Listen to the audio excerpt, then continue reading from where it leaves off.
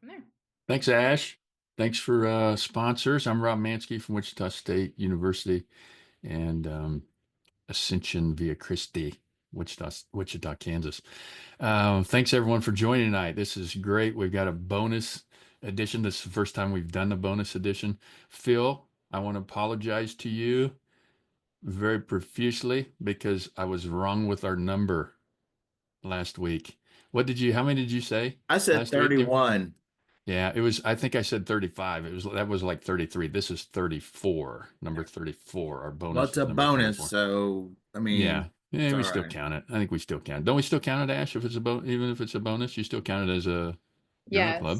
Yeah. but I was searching for missing journal club recordings because I only had like 33 Yeah, yeah. on the See, file. sorry. So I want to apologize to you too. I think I said 35 last week. You Dang. did. Sorry. You made Okay. me feel bad. I remembered it. I know. I'm sorry. That's why I'm apologizing. All right, Phil, tell everybody who you are.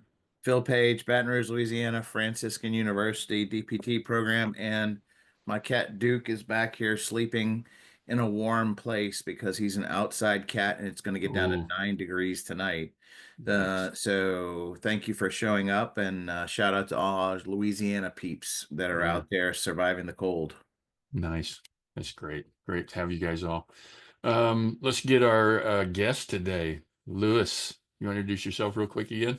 Yeah, of course. Appreciate you guys having us back on. Lewis Lupowitz, physical therapist, SCS as well, out of New York, New York. I currently treat on Long Island with Northwell Health and Orland Cohen Orthopedic Group. Nice. Zach?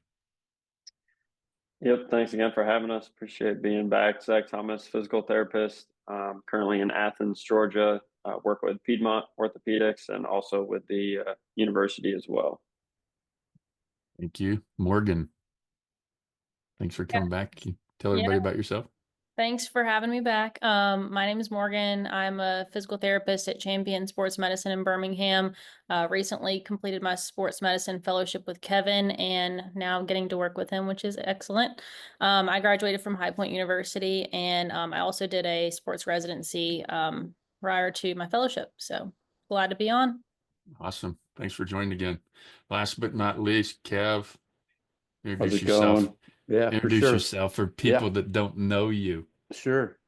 Kevin Wilk, DPT, Birmingham, Alabama, Champion Sports Medicine. It's nice to be with you all. Thanks for joining us. Thanks for coming back on again. So, everybody, if I don't know how many people were on the last the December issue we had, but we had a huge number of people, and we were apparently we were going to do these individuals two-part series, and there were so many questions from the audience. We had a fair number of questions ourselves, but we were really only able to get through one of the papers, so we asked them to come back this month for a bonus issue of the Journal Club, and we're going to go over the second paper. So, Kevin, if you don't mind, just briefly, do you mind telling everybody, just kind of set the stage where we're at with this paper by letting everyone know what kind of things we discussed and what your first paper entailed, and then lead us into then this paper, the second paper. Yeah, the idea of the papers were at first we were just going to do one paper, and it was for the special issue that was so excellent with the International Journal of Sports PT, the issue on brain and neurocognitive, neuromuscular.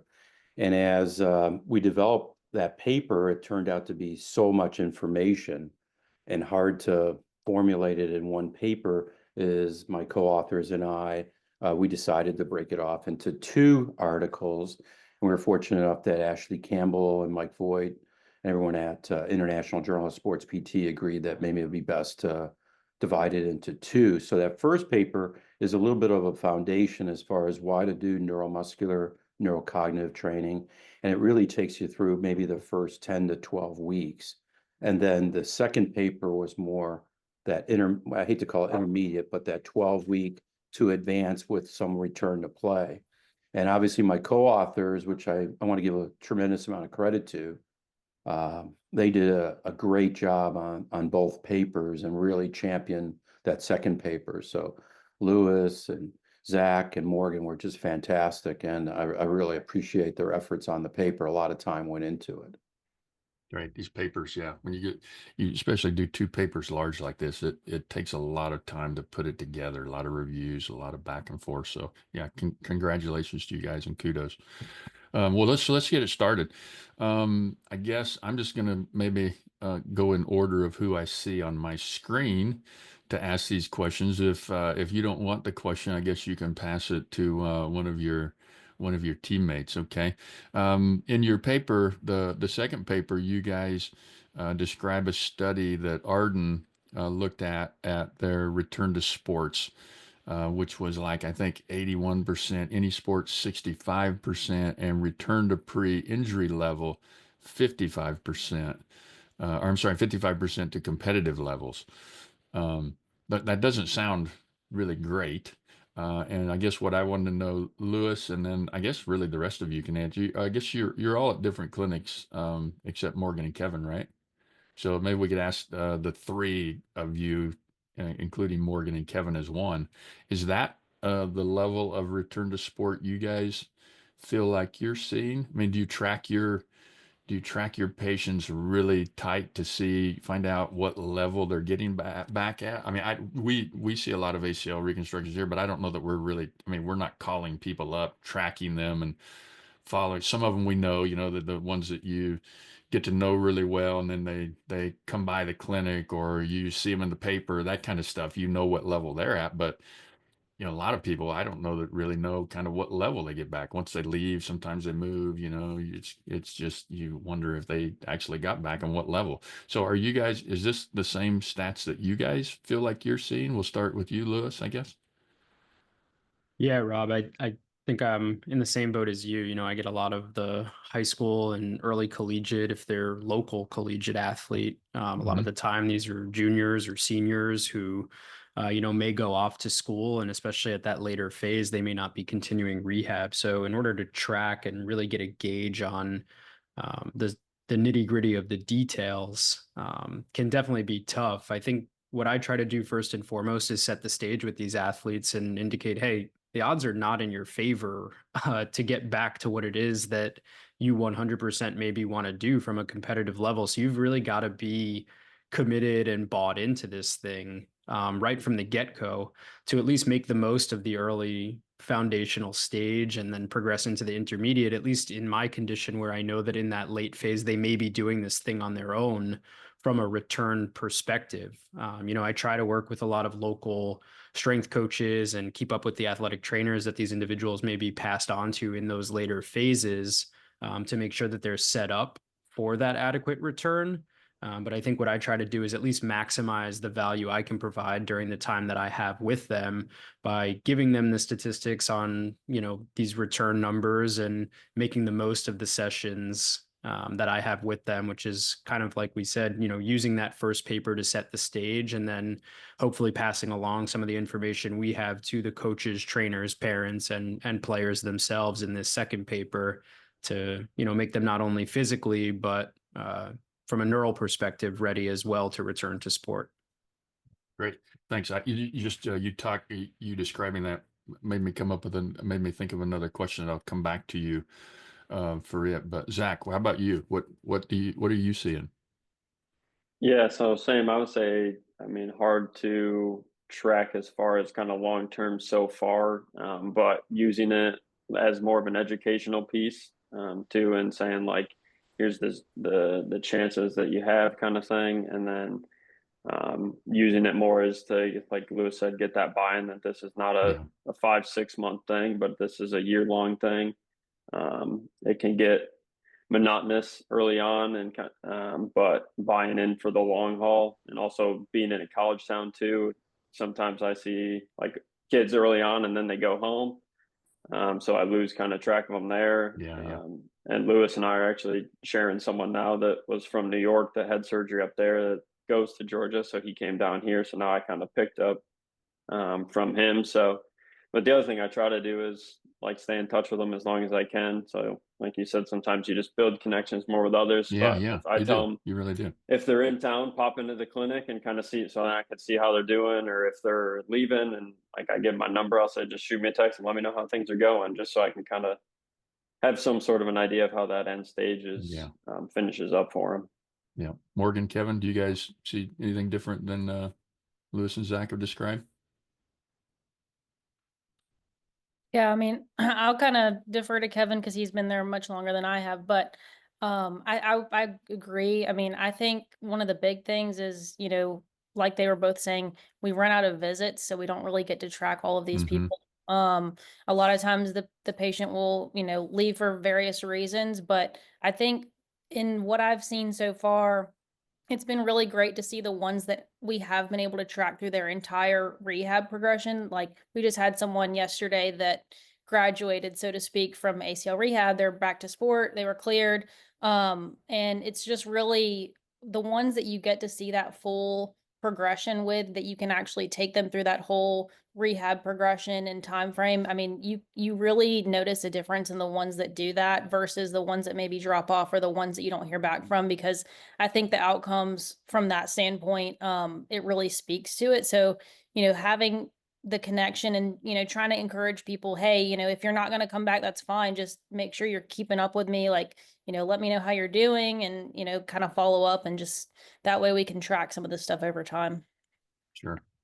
Kevin, did you have anything? Or Yeah, just quickly, I agree with everyone to a degree. I mean, I think it depends on your setting. Sure. So fortunately here, we work closely with the Andrews Group, Andrews Sports Medicine, and they have a research arm called the American Sports Medicine Institute, which painful or shameful plug. We have our baseball course this weekend. If anybody's interested in attending in beautiful Birmingham, it's 29 degrees, but anyway, but no snow. But so they track the ACLs. And so we've published several papers at different levels. ACLs, NFL players, for instance, NBA as well, and then just the recreational athletes. So your first question, the numbers, we are a little bit better. With athletes, we do. But when you include everyone into the pool, you have Yes. one time a year skier, Yeah. the person that works full time and can barely get in. That's when I think those numbers start to drop in the low 80s, maybe even upper 70s. Whereas the athletes we see, both high school, college, and professional, I think you should aspire to about 92, 93% making impact to pre-injury level. And then the other thing I'll say is, to dovetail on what Morgan said, I firmly believe the longer you can hang on to the patient, the better the outcome. Yeah, And I get it with the strength and conditioning, I get it with the trainer at the school, but if you can somehow stay involved and maybe see them once every 2 weeks to have eyes on and a point of reference from when they came from, I firmly believe that those numbers will even exceed the 92%, but more importantly, decrease the rate of re-injury. And I think it'd be imperative for us to do a study on that one day to show the number of visits actually do matter. Yeah. That if you can somehow space them out and see them a little bit longer and still work with that strength and conditioning coach, the trainer, whoever that is, I think the outcomes will really, really be outstanding. Yeah, I think it's critical because you what you're looking at is to some degree a little different than what the strength and conditioning people are, or the athletic trainer is. And there's little things that you can see, that you know how to take care of, you can fine tune, that may get missed other places. So as a physical therapist sports therapist, whatever it is that you are, they're just stuff that you catch that other people don't. And if they're not coming back to see you, I agree, it just gets missed. Exercise biomechanics, stresses on articular cartilage, bone bruises, all the things that actually are a detriment to the ACL patient is the bone bruise, the menisci. And I'm not sure everyone is on board as far as those healing constraints, especially when you start talking about meniscal repairs, ramps, and root tears. I mean, it's very complex. It's complex for all of us. It's complex for a physician, let alone someone who doesn't have that background. Yeah, and just listening to those like subtle symptoms that they give you, that maybe the trainer just says, oh, well, it's just sore. It's going to be sore when you're working through it. But to you, it's totally different. The soreness is maybe something much more important. Yeah, I agree.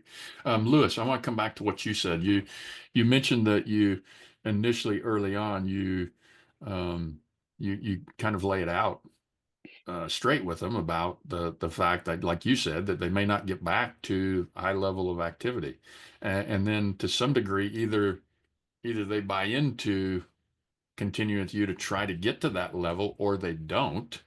My question for you guys now regarding that is so if they don't really buy into it, what do you do? How do you switch that? How do you turn it around so that they will buy into it and they will try harder than just saying, well, shit, I've got a 55% chance of getting back. I might as well not even try.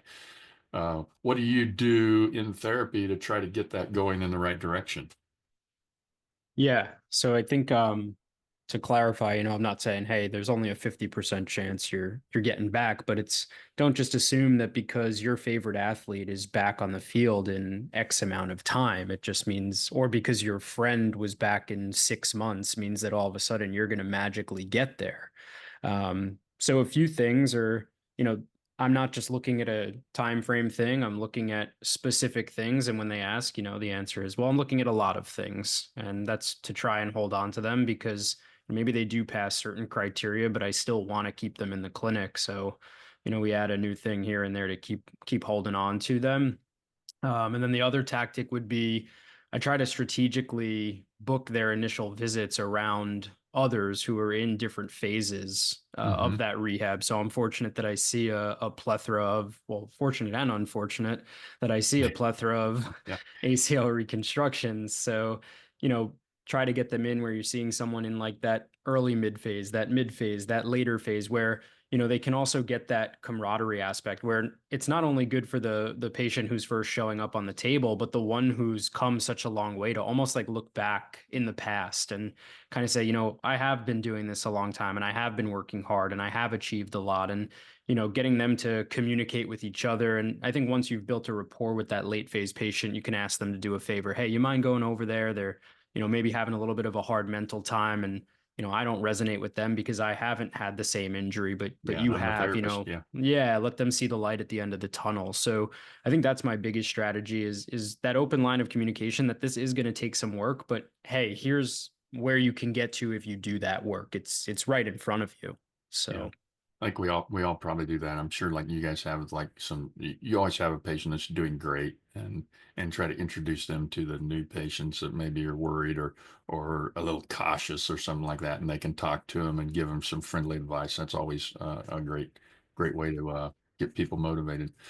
We have a question, and so just for the audience, feel free to send us in any questions that you have about our topic today. We'd love to ask the panel here how, from an anonymous attendee, and this anonymous attendee, a guy I work with, I'm going to give a shout out, Phil. Shout out to Matt Massey, who's listening as an anonymous attendee. He told me he doesn't sign his name on the thing, so he's an anonymous attendee. He said he'd ask a question. This could be his. It may be someone else's. I don't know. But how variable is your early stage visit frequency, knowing that you'll probably run out of visits? Also, what do you offer out-of-pocket options to continue once insurance runs out? I guess that could be any of the four of you could answer that. Nope, it wasn't Matt. All right. Well, I gave him a shout out, and he didn't even write the question. Who wants that one? I'll roll with it. You got it, Zach? Thanks. Yeah. So I think part of that depends on, how many you're going to get up front kind of thing as far as visit limit. But typically I'll go 2 to 3 times a week, normally 2 for like early stage. And then once they're getting more into like a strength training phase where they can do some stuff independently, like if visits are a concern, then I might start going once and doing things like supplementing with BFR in the clinic if I know that they're going to be consistent with their exercises like outside of the clinic.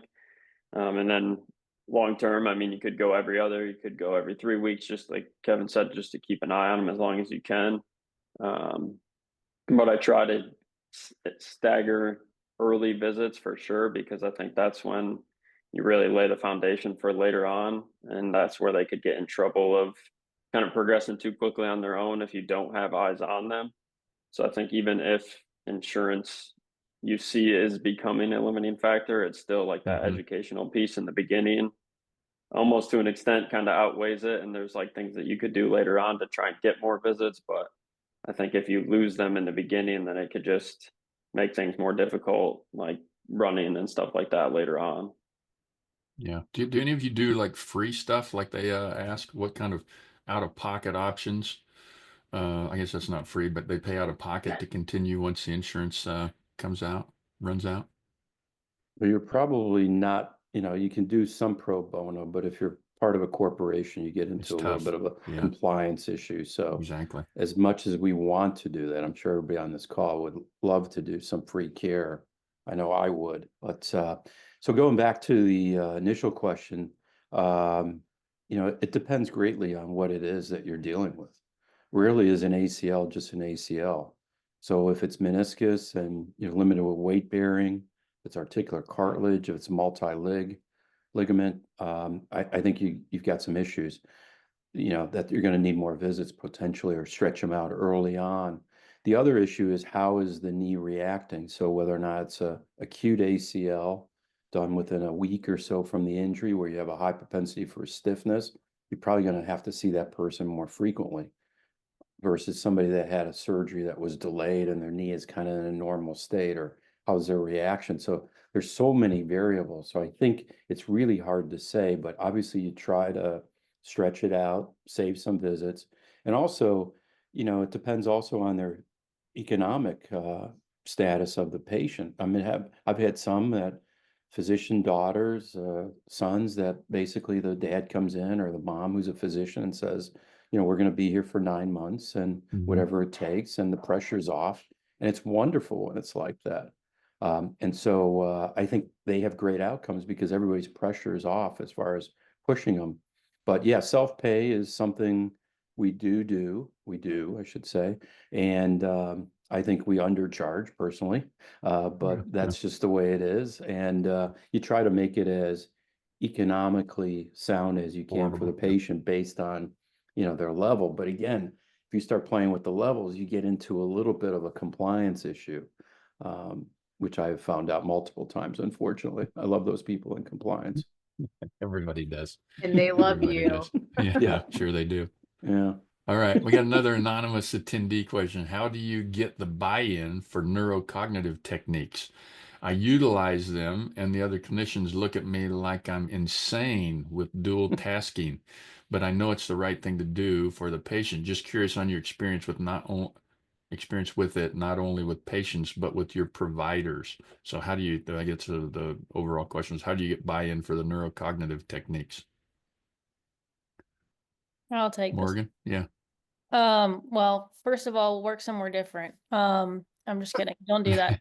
But I think a lot of it just comes back to, understanding why you're doing it and understanding how you can explain that to both the patient. And I mean, you shouldn't have to explain yourself to other providers, but if you do, and they're maybe just not understanding why you're doing it, maybe just thinking more along the lines of, we're trying to, yes, get the strength, get the range of motion, get the basic objective measures, but then we also want to add in these other tasks that are going to take it up a notch. And, these are the reasons why we're doing it. We're focusing on getting that reactive component. We're trying to get the brain involved. We're trying to prevent that deleterious neuroplasticity. And, that's why we're doing it this way. And that's why we want to add in these, silly tasks that might seem a little crazy. It looks like you're playing a game sometimes, or it looks like maybe you're, doing something that's not like the most optimal way to gain strength, but you have to kind of understand, maybe pick and choose what exercises you're doing and maybe prioritize why you're going to do them. Yeah, I think, also it comes down to outcomes, right? So when you see that patient progressing and normalizing gait sooner and they feel better about their knee, and the word confidence because of kinesiophobia, when you integrate neurocognitive and neuromuscular, my experience is, and we started that in 1996, an article in a Journal of Athletic Training where there was a USA soccer player who tore her ACL, and she was going to try to play in Atlanta. And the push was on to get her ready within about 3 months. And we changed our philosophical approach with her. And because of her, we changed the way we did our rehab from then on. And it was just amazing how much confidence. Now, again, she was an exceptional athlete, which made a huge difference. The other thing is patients love it, right? So instead of laying on a table or on a machine doing exercise, they're moving, they're learning to stabilize their knee so that when they do walk, they're don't feel wobbly and those types of things. Also, people who do more neuromuscular, neurocognitive, throwing a ball, dual tasking, I think your cancellation rate is less because patients feel better about the rehab. They're having fun. It's functional. They're engaged. When we went to some of the things with neurocognitive several years ago, I mean, people get hooked. I've had total hip patients who are in their 60s. I think you were there for our friend, I can't say on the call, but she had a total hip physician from University of Alabama. Zach, I think you were there when she said, I'm hooked. And the same thing like our restaurant friend.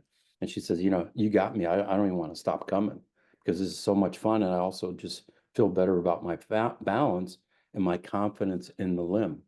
So I think, when you see those types of things, you buy in more. It doesn't really matter what other people are thinking. It really depends on how that patient is responding. For me, I really could care less what people think is right or wrong. You have to believe what the research shows, as Morgan said, and also how those patients are responding to your treatment, whatever that treatment is. I do want to say something real quick. And to that question, I think that, we talk about the importance of research, but I don't know that there's a lot of research that shows us that what we're doing in the clinic is actually improving ACL outcomes. It makes logical sense. It has biological plausibility, but I still think we need studies that actually show that what we're doing is making a difference with those specific patients. Dustin Grooms puts a lot of good stuff out there with the relationship of the neurocognitive side of things with the ACL, but are the interventions making a difference? And that goes back to helping other clinicians understand why this is so important and why neuroplasticity is not a bad thing, actually. It's actually a good thing. It's actually reworking those pathways that have been damaged with the injury to then redo the circuits and allow that athlete who may not have the normal ACL circuitry to restore it. So for me, I'm all about trying to do direct research, and I'm interested in people's opinions on what research should we be doing to help validate those interventions that you're doing neurocognitively. Yeah, I agree with you, Phil. And I think a prospective clinical trial, randomized would be fantastic. I look forward for you to do that. Thank you. Thank you. Well, I have think, students on right now that are going to start doing that. I mean, it would be fantastic. I mean, it would be revolutionary, to say the least. But I also think, when you've been at it for a while and you've done one rehab one way, and then you change and you see the change in your outcomes and how patients respond, in my mind, that's almost like a clinical research model as well, especially. Totally agree. Yeah. I mean, there's something to it, but again, I mean, a prospective randomized clinical trial. Fantastic. Let's do it. Huge. Yeah.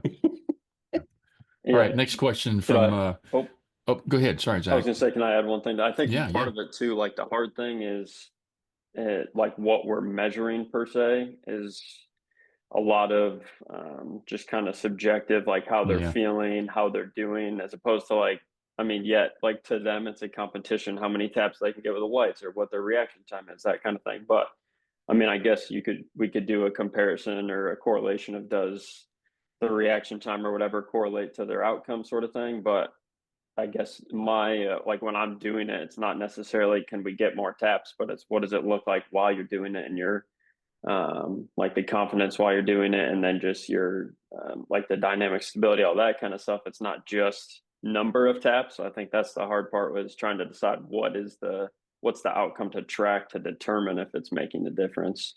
Well, I think the outcome would be what the patient responds. So your pros, I guess, reports. One would be the subjective, but two would be, as far as what are they doing functionally. I mean, sometimes you have an ACL patient, it's 12 weeks and they're doing ladders and they're wondering why they can't get back to practice. Do you know what I mean? Especially if it's accelerated with a neurocognitive type of program and they're, at the level where they can come in multiple days in a row. I mean, I see a big difference with just the number of interventions and the level, somebody that's there a lot versus somebody that's coming in frequently. But to Phil's point, again, I mean, I think that all needs to be somehow one day, hopefully soon, monitored, reported, and controlled to see whether or followed, yeah. not. Yeah, exactly. I mean, that would be outstanding. Sounds like Or- ASMI should do that for you, Kev. There you go. Yeah. And- yeah. and I'll get yeah. back to you. Shameless plug. It was an awesome course I went to in my first courses. I did love the ASMI baseball course, and where I probably first met you, Kev, 30 something years ago. Something like that. Yeah, it was awesome though. I remember. I remember it well. 1986. Yeah. No, I remember that course. It was warm. It was warm that year when we had the course in Birmingham. Question from another one of our listeners that gets on almost every year, Mark Rosales, I think is how you say his last name. This guy's from the Philippines. He listens to us. He logs on from the Philippines. How many years do you expect to have complete recovery? I think he means with following ACL injury. Do you guys put it in years? You put it in just like months? Is it 12 months? Is it 9 months? The paper you guys reported, I guess I should say, you reported in the paper here, some of the studies you reported said the strength deficits remain up to 2 years post-operative. So does anybody fully recover? Maybe no one fully recovers. Maybe it's just constantly evolving. You know what Tim Hewitt would say? 2 years. 2 years? What do you guys think? When is someone fully recovered? How long does it take? Well, I mean, I think it's individualized. I mean, we have people who, Morgan mentioned that young lady who came in yesterday, and she had a Biodex previously, but we ran out of time a couple weeks ago when we cleared her. We did her functional test yesterday, and she was within 5% on all the functional tests. So there's our HOP tests, right? And that's also reactive HOP test, where we call out the side you're going to land on, T-run, L-run, and reactive. So, I mean, when you're within 5% on all those tests, Noyes showed the more tests you do, the more likely you are to get some negative response or, failed tests. She was also had something like a 40% or 35% improvement in her strength from like 3 months ago.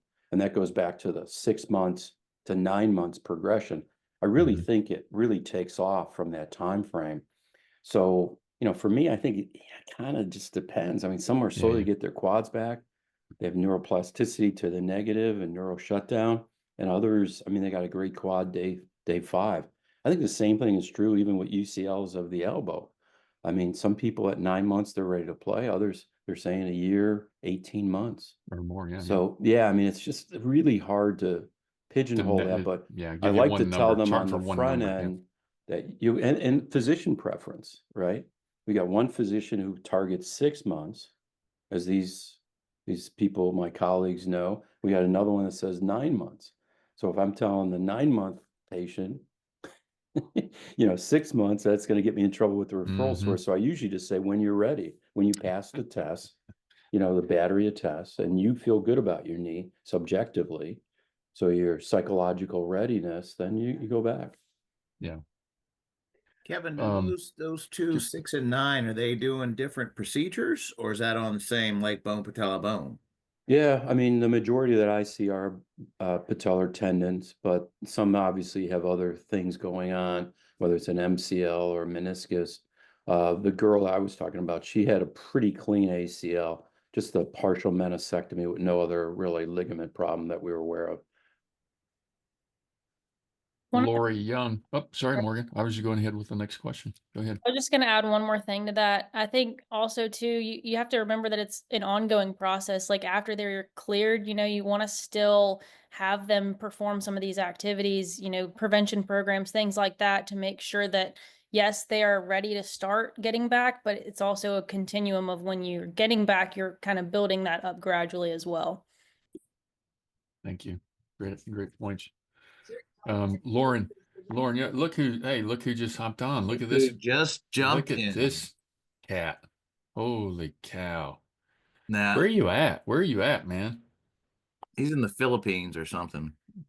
No, he's not the Philippines. It looks like a palm tree behind him, though. Well, he's in his living room. We can't hear him. He's in his living room? Yeah. We can't hear you. Palm trees. All right, let's get back to the session here. Lauren Young, how often are you seeing athletic trainers incorporating continuing incorporating the neurocognitive component in late stage rehab when you start transitioning back to their sports program. So I think she's saying, how often do you send them, once they're kind of late phase, you send them back to the trainer doing stuff with them instead of with you every day? How often are trainers using neurocognitive rehab? Is that quite often or rare, or what do you think?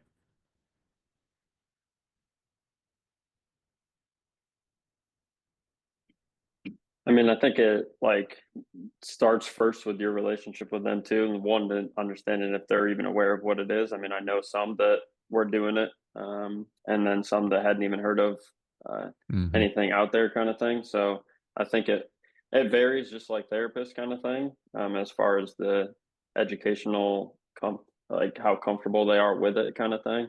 But I try to, especially like for the high school athletes, kind of thing, try to keep that communication with the athletic trainers open as much as possible. And I mean, they could see them every single day after school, kind of thing. So I like share a lot of numbers with athletic trainers so that I can kind of make sure that, one, we're not repeating the same thing that we're doing, and two, that we can try to maximize each day with that patient so that they can kind of get the best treatment possible. Lewis, you think you see the same? Yeah, and I think that I think where we differentiate ourselves between the trainers, that we provide that piece. You know, and I think this varies across the spectrum. I think some athletic trainers are amazing, just like some PTs are amazing, and some are not as amazing, just like some PTs are not as amazing. And I think just making sure that first and foremost you communicate and make sure everyone's all on the same page as far as what is the common goal for that athlete. Maybe it is a true strength deficit, and maybe it's more of a neural deficit. I mean, I have you know, I had two ACLs working side by side the other night, and one, they're around the same phase, and one was a contact injury and one was a non-contact injury. And the contact injury is super confident, working around this and that, and he's just truly limited in a strength perspective. So we more catered his program towards loading, whereas the non-contact is super strong for the phase that he's in. But the second you add in some sort of dual tasking, it's almost haywire. And maybe that was why they potentially got injured in the first place. Who knows? But I think individualizing their program matters most, and making sure that everyone understands that individualistic approach is what will be best. But I think if you can throw in that component where you sort of know them best because you've been with them for a long time, also allows you to hold on to them in those later phases, whether it be via insurance or not. I think, you know, insurance is one thing, but it shouldn't necessarily dictate what we do. I think it's a quality over quantity model. And at the end of the day, I think it's convincing the patient that this is what's best for them, regardless of, I guess, the coverage per se, as long as, you know, economic factors allow. You know, the other point about the interaction and the collaboration with trainers is obviously depends on the level. So college is going to be a lot easier. Right. They have more resources, more people. You know, it comes down to time sometime. If you're at a high school and you got one trainer for all these sports, it really puts them in a tough scenario to do some of these things, because neurocognitive is labor intensive a lot of times. The other thing too is I've had patients literally buy the lights and different devices like, yeah, you know, or buy the foam or buy a rocker board and even bring it to the school. I've had cases where, you know, the trainers have come into the clinic and observed and see what we're doing. I think that's fantastic. And if you can encourage that from a collaboration, especially if you're working closely with the community, with a particular school, I mean, that just opens up some great collaboration and a relationship with that school and the athletes and so forth. Kevin, you talked about, oh, sorry, go ahead. No, it's fine. I was just going to make one like super brief comment on the fact that with a lot of this, I think people are overthinking it and making it more complicated and complex than it really needs to be. And it's like maybe an intimidating thing for a trainer or whoever, and just finding ways to like make it super simple. You know, you don't even need the lights. You don't need anything fancy. You can come up with really easy ways to do this in a busy, you know, ATR environment that, you know, they usually will feel like, I got too many people in here. I got too much stuff to do. I don't need more equipment. I don't need more crap out. Like, you know, just trying to keep it simple. And you can partner up the patients, right? We do that. I mean, lately we've been doing it a lot because Morgan moved on. She's got her own caseload. So I don't have a fellow right now. Another shameless plug. And so consequently, you know, we're trying to do all these ball catches, and we got several patients in the clinic, and we just partner them up. You know, you stand on foam, and one is maybe on a Bosu, one is on a rocker, and they just play catch with a ball. I mean, obviously you have to trust them a little bit Yeah, at the yeah. right time frame, but mirror drills are great for neurocognitive. And Ashley, I think you bring up a big point. I mean, you know, instead of buying some of this stuff that's expensive and computer based, and you have to have Wi-Fi and all this stuff. I mean, just put somebody on foam, put somebody on a rocker board, throw a ball at them a little bit. You don't have to do a lot. They can even use a rebounder. When I first started, they did all the throws into the rebounder. Now, I don't like that today because I think it's too predictable Yeah. where the ball is coming, but at least they can start, especially if they're really, you know, in some of these clinics, I mean, you're a one-man band, you don't have people helping you, and you wonder, how in the world can I do this stuff? I can barely do, you know, treat patients and do my notes at the end of the day. So I get it. I'm 100% buy in that you can make it simple and beneficial. Kevin, you mentioned some of the functional tests that you do late stage to see when they're ready to return to sport. And Bo Kovac, I believe, asked, what are some of the key battery testing that you use? And he's asking about multiple phases. So, but I think we can just leave it kind of this later stage phase.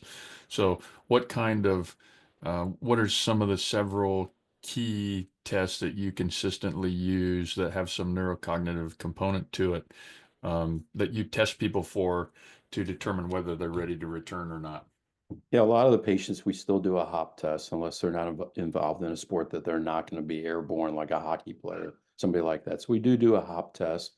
We also do a hop test where we call out which foot you're going to land on. So a reactive hop test. That's usually just for distance.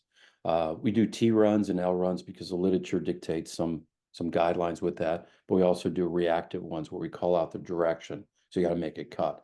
For me, that's more important than even a T run. I think the T run or an L run gets you in the ballpark. But I think it was Lewis that made the point, or maybe Zach, but kind of the 3 Ps, the progression: performance, training, practice, and play. And so that was in the paper as well. So if you're going back to practice, that's one level of test. But if we're clearing somebody to play, I mean, I think, you know, for me, it's all about how you're reacting, unanticipated movements. And so I like the reactive test.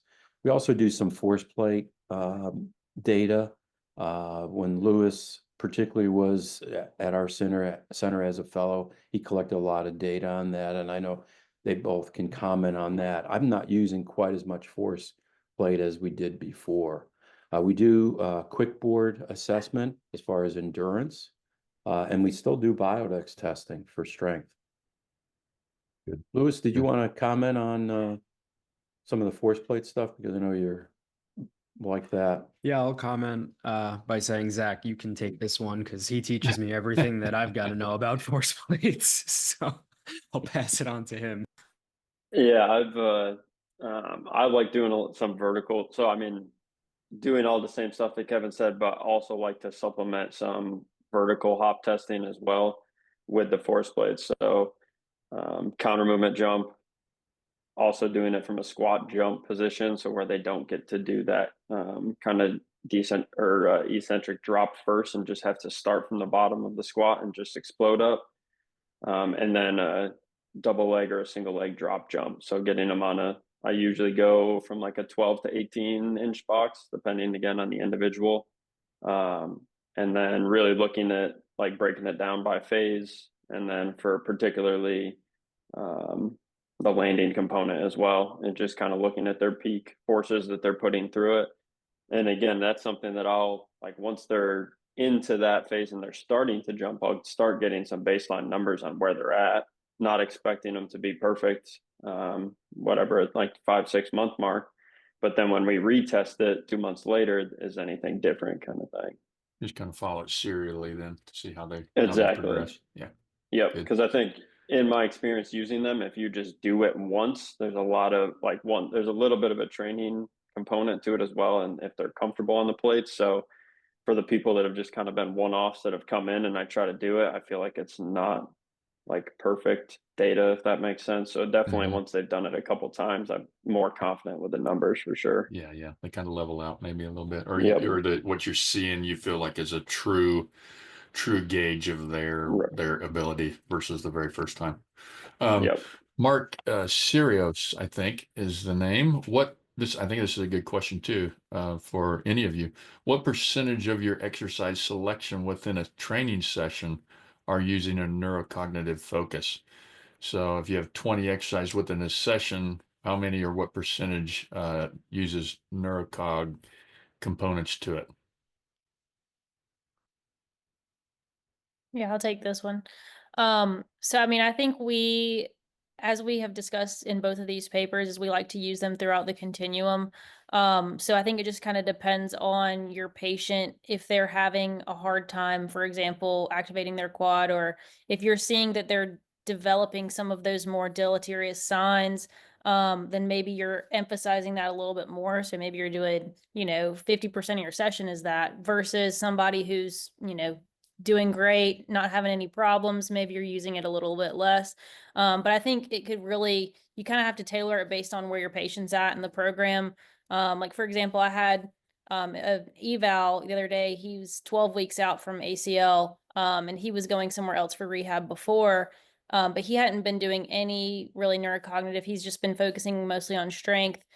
He was cleared to start running. So he's been running, but he's been having all these problems with it. He's complaining of pain. He's like, I'm not sure why I can't, do a single leg step down or anything like that. So we started adding in some of those neurocognitive exercises just day one. And he told me today, like this was his first follow-up visit. He was like, I was so tired after that session. And I think it's just from a brain standpoint, you're really exercising your whole body, not just muscles. You're getting your brain involved.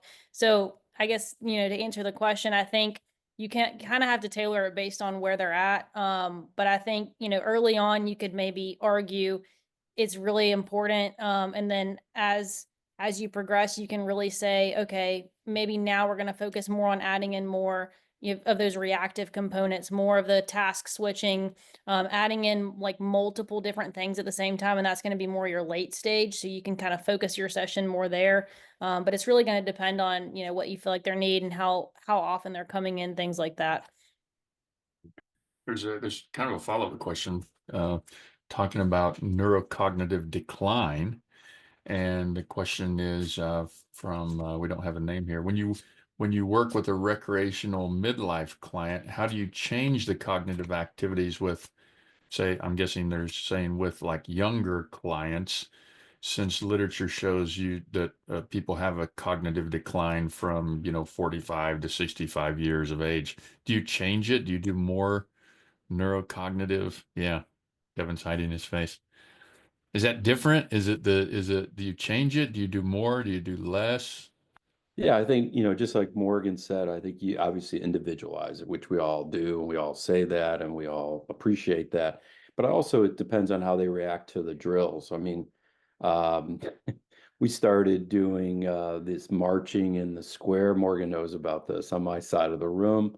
And, I have an older patient who's about 63 who had an ACL. And so I don't know if people know about this marching thing. So we put a box on the ground with tape, 18 inches by 18 inches, right? So it's a square. And what you have to do is you have to march with your knees as high as you can, but quickly. But at the same time, I give them a choice. They can either sing a song or count backwards from 100 by sevens, eyes closed. And this guy, 62, this is a true story. I wish I would have videoed him. I videoed other people. He literally turned around. So he's facing this way. And as he was stepping, he started to turn. I thought he was joking. He literally turned around. He was out of the box, walking forward, but he did like a 180. And then he had no idea. Had no idea. 30 seconds. And then he opened up his eyes and I said, look at where you're at. He said, oh my God. I said to him, I go, that's really funny. He goes, no, I'm serious. And I'm like, wow. have other people doing it, because obviously you lose that visual, that horizontal, that horizon. So you're losing the cue of the visual. But it's amazing to me. So I've gone to now with that box on the ground doing jump training and seeing where these people land and just observing the difference between males and females, high school level, but also when they start doing quarter turns, 180, 360s, eyes open, eyes closed. And it's astonishing. It's almost doing motion analysis to see not only how they land, whether they have valgus collapse or not, but where they're going in the box, how they start to deviate. And obviously the connotation is you go up for a rebound or you go up to do a kill shot in volleyball and you're landing like this and your knee goes in the valgus, you got a problem, right? High potential for an ACL injury. So the idea is to get them to be more vertical, land where you took off to a degree, those types of things. And it's really kind of intriguing. It's kind of a fun little game we're playing in the clinic, and people are getting a little hooked on it because they want to see how they do. It's similar to the lights and everything else. What's my score? How did I do? Oh my God. And even the high school kids, they do deviate, but obviously my older patients, they're all over the Yeah. place. Yeah. Of course, I am dead center, of course. I do not deviate at all. But, Morgan, can you, the next time we do guys not have you on, answer can you that, Morgan. film Kevin doing the box test with his eyes closed, not with his eyes open, eyes closed? I do it And so early. singing and I- singing. And No, singing, yeah. I We'll do see it it on so Fridays, early that I'm she's sure. not even there yet. Yeah. See, I you do should it be before warmed up That's for anyone when in gets she, there. secret, so you should nobody be can warmed see. up for when she gets there, she can film it. All right. Let's have, let me be two more questions. Erwinna Kwan, how often do you actually use the Blaze pods? This is a really quick question. So I mean, she's got a longer question, but I think her question really is, do you use it every day on every patient? Do you use it multiple patients, multiple times with each patient? How often do you use it? With every patient, no. Okay. Is there a day that goes by that I don't use it? Maybe occasionally, but I would say most days I'm pulling them out for something, but it's not for everyone. That would be my quick answer. Depends. It depends. That's the standard PT question. For Lenny Mack. For ACLs, I don't know of a patient I haven't used it on. So I would say for an ACL patient, not for all patients, without a doubt. But I do I'm use guessing, it. yes, I'm guessing she was, I didn't specify that. That's She was okay. probably talking about ACL patients, Yeah. not just every patient. And that we comes use in the it for clinic. not only for functional training, but it's also recruitment. And Zach did some great videos like doing, just table exercises with the Blaze pods, doing knee extensions. And he's posted some of those on Instagram, which are great. Just trying to, again, dual task, take your mind off of the task of trying to contract your quads to create some overload. Right. Lenny Macrina is on the show tonight, asking questions. Lenny? Wow. Lenny Macrina? Shout He's up out this Lenny late. Mac. He's up this late. He's up this late. Well, he doesn't work much in the clinic, so it's tough. Good point. Yeah, good Wow. point. Wow. Yeah. I have firsthand knowledge of that. Oh, Lenny, I do I've heard you too. work your ass off. I heard you work your ass off in the clinic. He's an executive. I don't know who these guys are He's talking swinging about. a golf club all day. Well, I have seen that. I've seen that on his social media. Have you shifted your return to play time frames for a quad tendon graft versus patellar tendon or even hamstring? Quad tendon, if you guys don't know from watching Lenny's social media, he's not a quad tendon fan. Quad tendon grafts struggle, but doesn't seem like the docs are considering this. And there seems to be a big recent shift to quad tendon option. I'm not a fan of the quad tendon, he even says. Have you guys changed your return to play timeframes based on graft source? Anybody? I think Anybody wanna jump in? I think it always comes down to, again, it depends. I definitely think that they struggle early on in terms of increased pain, potential for increased swelling, just because they're not necessarily getting as much of that consistent motion due to pain, potentially later onset of quad activation or prolonged inhibition, again, potentially due to pain. So I think it's really calm that knee down, get them firing not only from a neuromuscular perspective, but from a neurocognitive perspective, make sure that it actually is that they're contracting their quad and not just, thinking that they're contracting their quad, or is it actually firing, and is it firing symmetrically to the other side? So something I'll use early and often is biofeedback or comparison of like, that heel pop or that terminal knee extension, and measuring, how different is their active terminal knee extension from the table, if it's 1 inch versus a half an inch. Do they have passive active? But I think it starts to normalize later on, but you definitely want to be on them from the jump. At least that's my experience. Yeah, I agree with Lewis, and Lenny brings up a great point. I think they are slower to start, harder to get their quad going in a lot of cases, not all, but the majority. I think also it's a little hard to get hyperflexion with those individuals. Extension's usually not a problem. But I also think if there's a concomitant procedure, so a lot of physicians, what they'll do, because it's a soft tissue graft, at least on one side. Some take bone on one side, some don't. But it's a soft tissue fixation on one side. Because it's a soft tissue graft, they do an LET, a lateral extraarticular transfer. And so I think that lends itself to even more of a problem in a lot of these patients with a little bit of stiffness, a little bit of harder to get their quad going, a little bit more pain. And I think that can push back your return. But for me, with soft tissue grafts, hamstrings and quad tendon, they are slower than patellar tendon as far as the projected return to sports by a couple months. All right, guys, I hate to do this, but we still have 15 questions, and we only actually asked Let's quickly answer the them. questions We got 2 minutes. had. Yeah, we got 2 minutes. You want to do like a quick question round? I don't have any quick. I should have came up with some quick questions. Thank you guys. This was awesome. We may have to have a third session with you guys so we can answer more questions. We got like 15 questions still that we didn't even get to. So they can send those to Morgan. I can give you the email. You give Morgan's email. Just put it in a Google Doc, right? Put it in a Google Doc. It's the source. Oh boy. Kevin likes Google Docs. Oh, Kevin. Yeah, Kevin. I got him. Don't worry. Why do they pick on me? Well, per usual, it went way faster than we ever expected to. Oh, yeah, we have far too many questions still in the chat, but thank you for everyone who stuck around. We surpassed 300 people tonight, which is awesome for a second journal club in the month of January. Yeah. It's freaking cold out. Nobody can do anything. So thank you, everyone. We have Rachel Frank coming on next month. Yep. So I'm assuming she's talking osteochondral. I'm guessing she hasn't given us her papers yet. We'll be getting that out. We're in soon. contact. We're in contact with Dr. Frank. Replays will go up, be on YouTube.